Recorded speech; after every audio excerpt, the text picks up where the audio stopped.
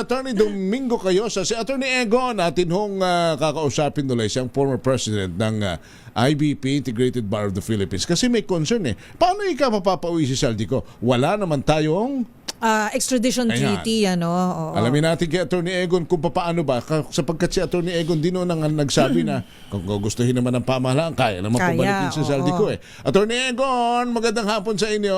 Magandang hapon po, Attorney. Good afternoon, magandang hapon po sa ating mga kababayan. Yes sir, si Henry Huare at saka si Karen. Sir, paano nga ba yun? Si Saldico ba ay mapapauwi sa Pilipinas as easy as 1, 2, 3? Paano ho ba? Maari, nasa pakikipag-usap po yan ng gobyerno ng Republika ng Pilipinas, particularly DFA, at kung kinakailangan ng ating mismong Chief Executive, ang ating Presidente, dun sa counterpart niyan, dun sa bansang Czechoslovakia. Kasi kahit wala tayong extradition treaty, kahit wala tayong mutual legal assistance treaty, at kung ano-ano pa,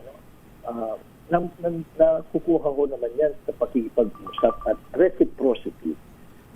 So, maaari ho na mangyari yun. Maganda rin na nalaman natin, natututukan ninyo sa media, para sa ganon, bilis-bilisan din ng ating gobyerno na ibalik siya dito kung talagang sincero sila na papanagot siya o kaya at least mabigyan siya ng pagkakataon pagutin yung mga live cases na sa Sandigan Bayan at higit yan, nasa sentro ho kasi siya dun sa systemic massive corruption sa gobyerno. Diba? Interest natin lahat, nakakabuti sa buong bansa na marinig siya dito. So pwede yung direktang mag-usap ang ating Pangulo at ang Pangulo ng Czech Republic? Pwede ko yun. Either magtawagan o kaya yung ating embassy doon, mag-coordinate. Mag-ugnayan. Kasi po yung presence ng isang alien, foreigner sa isang bansa at the discretion nung bansang yun eh. So, kung sa tingin nung bansang yun na mas matimbang ng pagkikipagkaibigan o reciprocity o yung maaari din natin maitulong o makinabang ng gobyerno ng Czechoslovakia sa ating bansa, sa ating gobyerno, di babalik nila siya dito. Pwede ho yung gano'n. Of course, meron din silang local laws, due process, pero it's the political will. Discretionary ho kasi yan sa mga foreign governments kung saan yung isang Pilipino nakatira o naroroon. Nabanggit yung Attorney Cayosa, sir, kanina na mahalaga rin po na may magandang relasyon, bilateral relations, diplomatic relations sa dalawang bansa para maging mas mainam, mas mabilis po at maaari po na mapag-usapan na para maibalik po o makagawa po ng paraan para maiuwi dito sa bansa si former Congressman Zaldico. In your opinion po, maganda naman po ang standing ng ating bilateral relations with the Czech Republic. Tama po ba, Attorney? So, with that in mind, do you think na posible na maibalik siya as soon as possible? Kung yung mga sinabi nyo nga po na mga dapat gawin ay gawin na ng pamahalaan natin? Posible ho. At hindi ko lang masigurado. Halos lahat ho ng bansa sa mundong ito, signatory sila doon sa Convention Against Corruption. That's a United Nations-sponsored convention. Treaty ho yan. Signatory of Pilipinas.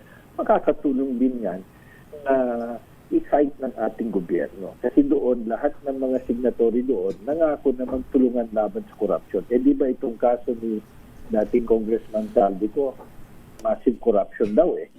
So, hindi naman ito political, hindi naman ito pang-aapilan, malinaw naman. So, kung yan ay maihain din sa gobyerno ng Czechoslovakia, malamang ibibigay sa atin yung ating mamamayan. Lalo na fugitive from justice siya eh. So very sensitive ang Europe at ibang bansa tungkol pero, dito. Attorney Egon, no less than the President ang nagsabi rin na kasi kailangan dumaan tayo sa legal, kailangan tayo dumaan sa proseso, and it will take sometime, hindi ganun, parang ang gustong sabihin ng ating Pangulo ay dadaan tayo dyan sa mga prosesong yan, hindi pwedeng mabilisan at madalian. Kasi kung ang tao ang tutugunin ng ang pakikinggan ay sa lalong madaling panahon, kung maaari bukas makalawa narito na si Saldico para humapanagot na natin dun sa kanilang mga pagkakasangkot sa flood control. Tama naman, dadaan yan sa proseso. Hindi rin natin alam kung si Mr. Saldico ba ay pupunta sa korte ng Czechoslovakia. Hindi natin alam. As a Filipino, entitled ho naman siya kung siya ay nabara doon. Dapat binibisita na siya ng ating mga consular official para malaman kung ano ba ang kanyang kaisipan kung gusto niyang magsalita. But sa tingin ko, hindi dapat rason yan eh. Dapat hindi magdahan-dahan ng gobyerno. Ibalan natin ang batas nila, ang proseso, pero bilis-bilisan natin pag-usap. Totohanan natin. Kasi baka na naman isipin ng tao ba na ayaw yan pabalikin dito kasi nga baka kung ano-ano ang sasabihin niya. Parte ho yan ng realidad eh, di ba? He should be, as soon as possible, maibalik dito. At sana may marching order ang Malacanang sa lahat ng kawani ng gobyerno, lalong-lalo ang ating mga diplomat na bilis-bilisan. Okay. At be transparent about the whole thing. Di ba? Kung kinakailangan nga, yung sinasabi ko na highest level of coordination and request and diplomacy, no less than the heads of state, pwede mag-usap yan eh. At kung nagkasundo, mapapabilis yung proseso sa baba. Meron pong mga kumakalat o lumulutang po na mga posibleng senaryo po, Attorney Cayosa, kung paano maiuuwi agad itong si former Congressman Zaldico. Dahil wala nga po tayong extradition treaty, ang pinakamabilis, meron po akong nabasa, pwede daw pong i-deport. Pero this will be upon the prerogative naman po of the Czech Republic and of course ng kanilang batas. Pero may mga nagsasabi na kung ito po ay i-implementa at cooperative naman po ang dalawang panig, ay pwede po siyang may uwi dito less than a month, 2 to 3 weeks. May mga ganun pong mga suggestion po, may mga ganun pong mga lumulutang. Is this possible, Attorney? Well, even earlier than 3 weeks. Kasi nga, ang diskresyon nasa gobyerno ng Czechoslovakia eh. Tapos, of course, may due process. Yung sinasabi na iba, pwede siyang magpasaklolo sa korte nila doon. Okay. Pero, ang basic principle ho, pag ikaw ay foreigner, alien doon sa country, you don't have as much protection. Unless of course, gagawin mo yung sabihin mo, you're applying for political refugee status, mga ganyan. Pero ang layo naman yan. So, from all indicators, ito European country,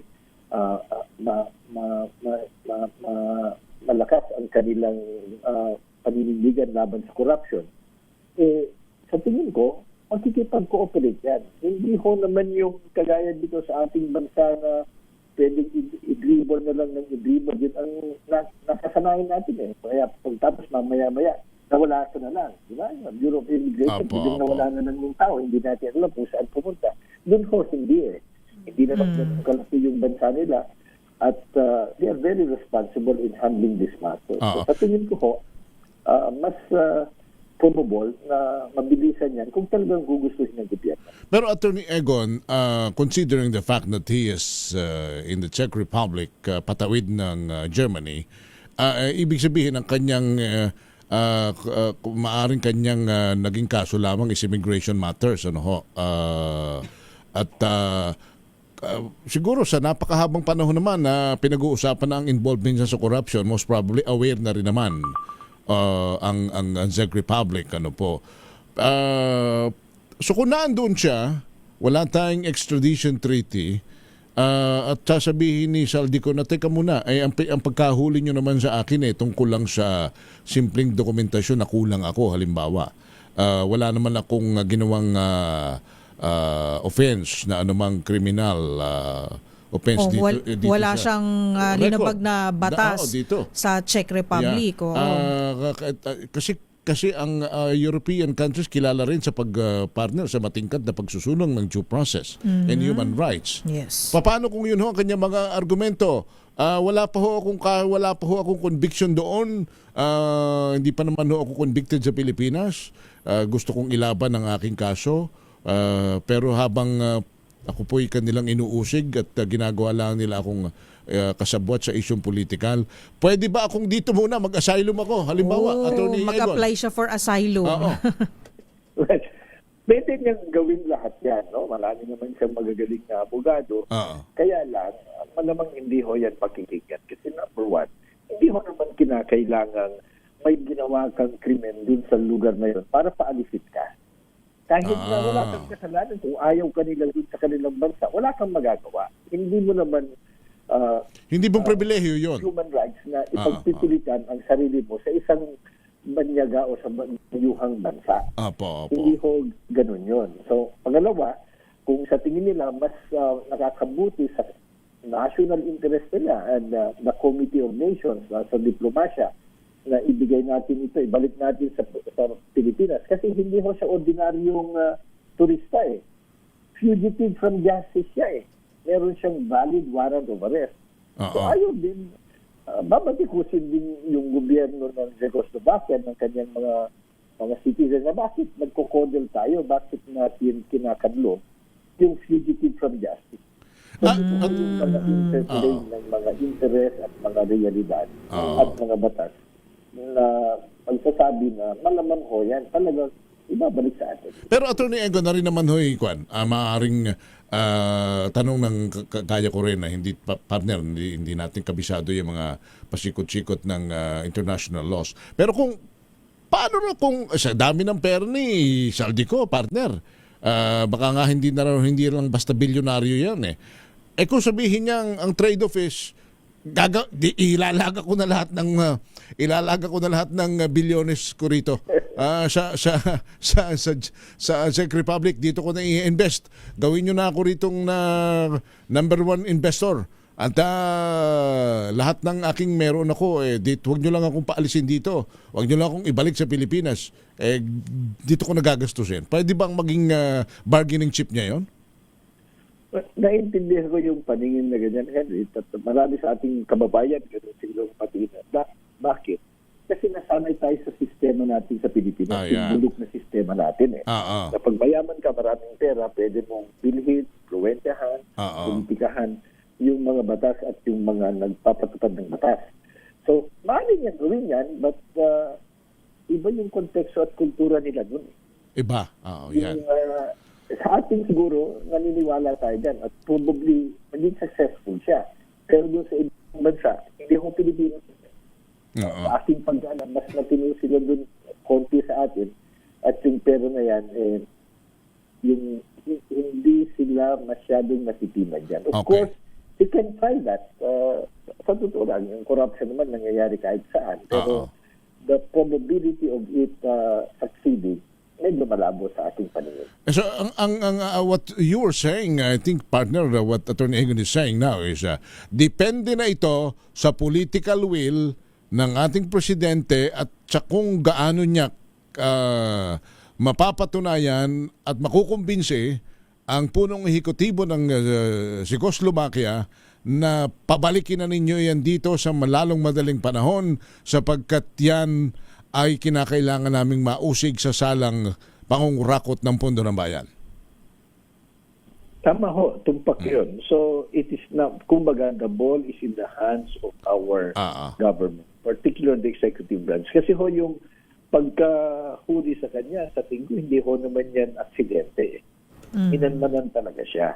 Tinanapan siya ng butas. So, ngayon na nahuli na, kasi noon, ang ginagawa kung nasaan siya, kung ano-anong mga sinasabi sa atin. Ngayon, nahuli na nila, anong gagawin nyo?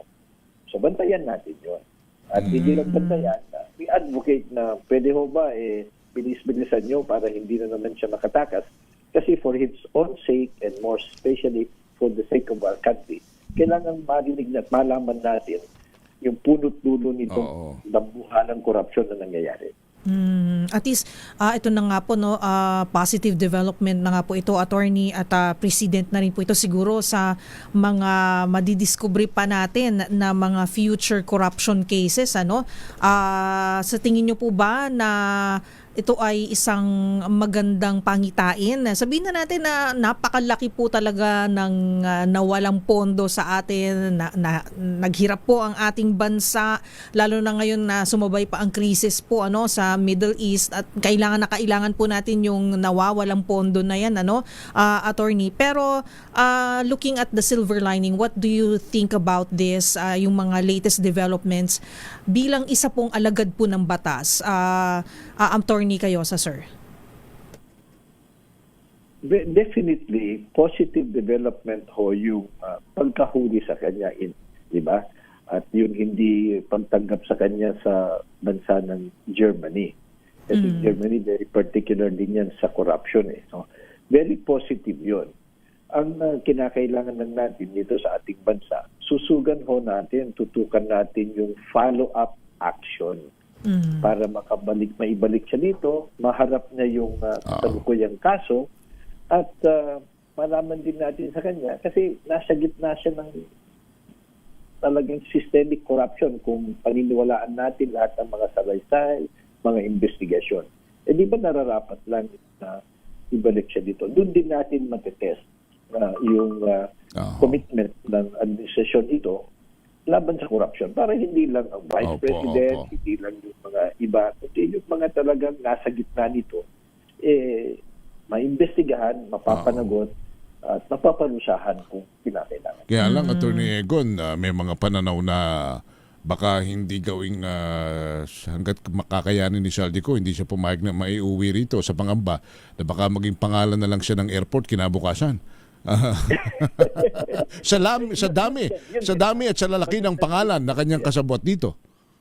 Oo, maganda na ilabas mo yan kasi responsibilidad din ng gobyerno, kahit suspect siya, kahit akusado siya, responsibilidad pa rin ng gobyerno na pangalagahan ang kanyang seguridad. Lalo na, he's a very important suspect. Nasa gitna ng kontrobersya, maraming alam yung tao. Kumbaga, kung mag-desisyon sa tell all, talagang maraming insider siya Kanya nga, At saka pala yung videos niya, attorney? Oo, do you remember yung videos na pinost niya po? Marami pong mga revelasyon po doon. Tama, pero yun nga, ang kahinaan nun kasi, it's not under oath. It's not yun lang. So ngayon, pwede niyang matitesting, di ba? Opo. Matatanong siya pwedeng i-fact check yung kanyang pinagsasabi. Pero pwede bang i-retract ho niya yung mga sinabi niya sa video? Pwede ba niyang sinabing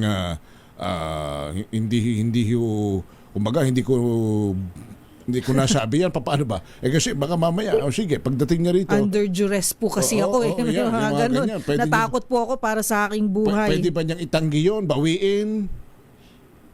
Pwede ho, at yun nga ho, kahinaan niya. Kasi pwede sabihin, joke ko lang yan, o kaya palusot ko lang yan. Kasi it's not under oath.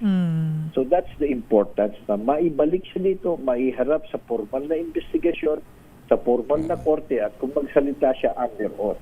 Napaka-importante ho yun. Alright. Attorney Egon, kami po ay lubos na nagpapasalamat sa inyong palaging pagpapaunlak sa aming mga panayam na ganito. Nalilinawan kami, pati ang taong bayan. Thank you, sir. Maraming salamat. Magandang hapon po sa lahat. Si Attorney Egon Cayosa, ang dating Pangulo po ng Integrated Bar of the Philippines.